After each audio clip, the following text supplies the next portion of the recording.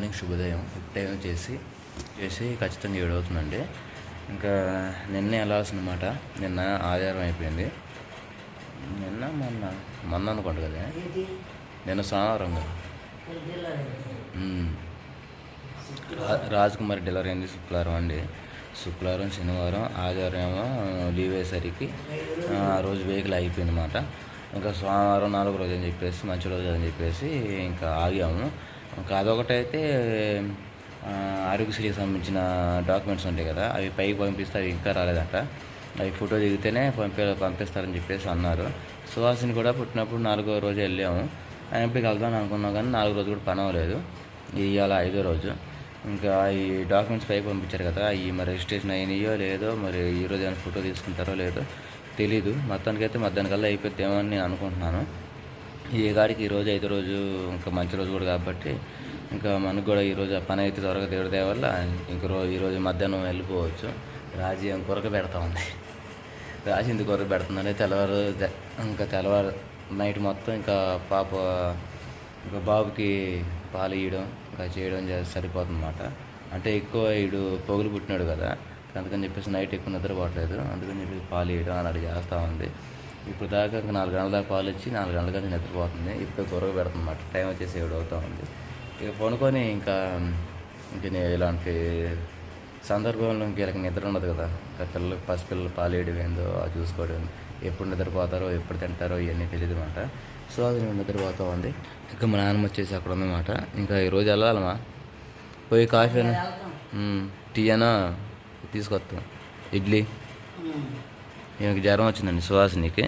నేను చూపించాను, తగ్గిందిలే అని అన్నం పెట్టకుండా ఇడ్లీ తీసుకొస్తాను.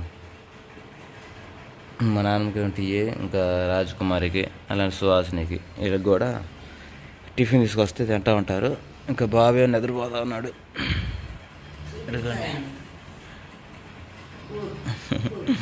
ఫేస్ రివల్ మన్న చేశా కదండి, ఇంక నిద్రపోతా ఉన్నాడు అనమాట. Cute baby. ఇంక రాజకుమార్కి ఫుల్ నిద్రపోతా ఉంది.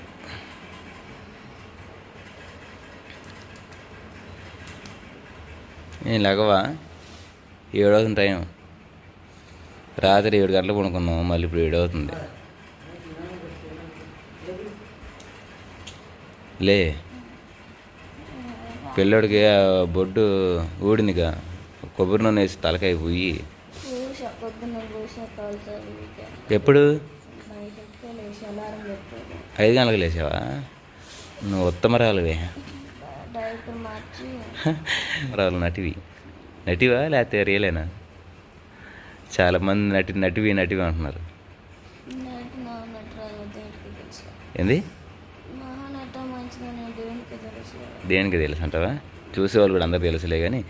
సరే, నేను పోయి టిఫిన్ తీసుకొస్తాను. మరి పోయి ఏం తింటావు? పూరి, ఎగ్ దోశ, 10 రూపాయలు ఇడ్లీ చాలా, కారపొడి చట్నీ తినవా? ఇడ్లీ సాంబారా? లాస్ట్ దెబ్బ అంటావా? ఈరోజు వెళ్ళాలి కదా, అంతే. మన ఊర్లో ఇడ్లీ సాంబార్ అలాంటి దొరకవుగా. ఏంటి వీడియోలేనేమో అది చూపించినప్పుడు 1 ప్లేట్ అంది. వీడియో ఆపాను అనుకునేసరికి 3 ప్లేట్లు 2 ప్లేట్లు అంటుంది. 8 ప్లేట్లు కంటే 2 ప్లేట్లు తీసుకొస్తాలేమో. బయలుదేరుతాం కదండి.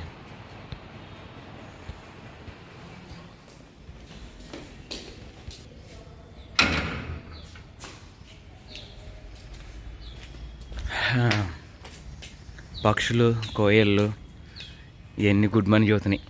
కేకి అనుకుంటా. బండి ఏడే పెట్టాను రాత్రి. బండి అక్కడ పెడతా రోజు, మర్చిపోయా ఎక్కడ పెట్టేసా బండి.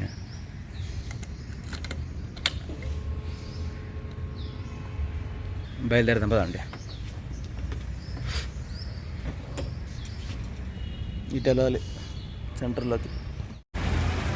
Vinukonda area main centre. అక్కడేమో టిఫిన్ ఆర్డర్ ఇచ్చాను. సాంబార్ ఇడ్లీ అని 2 ప్లేట్ ఇడ్లీ అను. తర్వాత చేసి ఇంకా పందరు వద్దాను మామూలు ప్లేన్ కానీ. సుహాసినికి మళ్ళీ రాజకుమారికి పాలు కావాలి కదా బ్రెడ్లోకి, అందుకని చెప్పేసి పాలు కూడా తీసుకుంటున్నాను 30 రూపాయలకి. ఇంకా త్వరగా తీసుకొని బయలుదేరదాం.